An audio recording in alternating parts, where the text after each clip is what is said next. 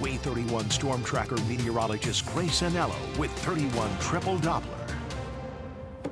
I'm telling you what, the tornado warning, of course, we never liked those. No. But the rain itself was actually a blessing. The time it came and just the fact that we needed it so much. Well, that's the thing. So for the first time all summer, a majority of the Tennessee Valley is actually in a level 1 out of 5 drought. So we did need the rain. Obviously, that tornado warning, definitely not what we wanted. However, it was only one of them. So I was glad of that it wasn't more frequent. As for today, conditions are much calmer. Thank goodness. We could see some spotty rain, but most of us, we're going to have a dry day today. Take a look at the Wave 31 Skycam network powered by Thompson Roofing and Construction. You can kind of already see it. A mix of clouds and clear sky looks really nice over Guntersville and Decatur this morning. Temperatures are sitting in the mid-70s, pretty similar to where we've been the last couple of days. Not much of a shock to the system. We do have a good bit more cloud cover now than we had at this point yesterday, but at 4:47 on your Thursday, 31 triple Doppler is dry. It will stay that way for most all of us today,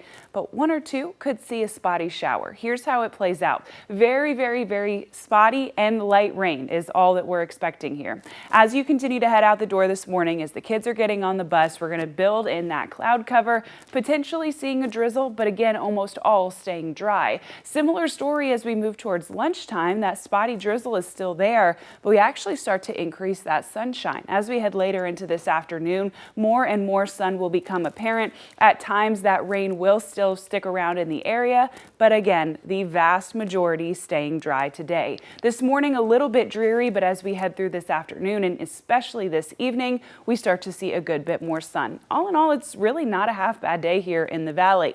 Our high temperature is sitting just about average, 91. We will be feeling a little bit closer to those upper 90s, so we've still got that humidity.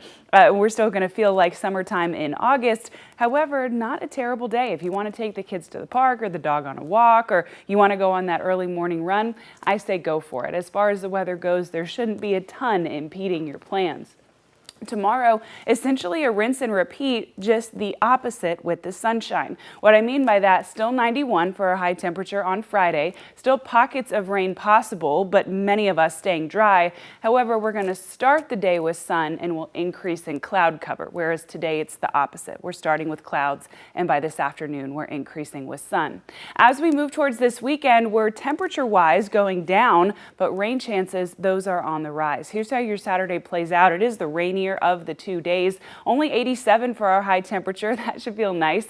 We're dry in the morning, mostly cloudy on Saturday, but pockets of rain and one or two storms start to develop around lunchtime.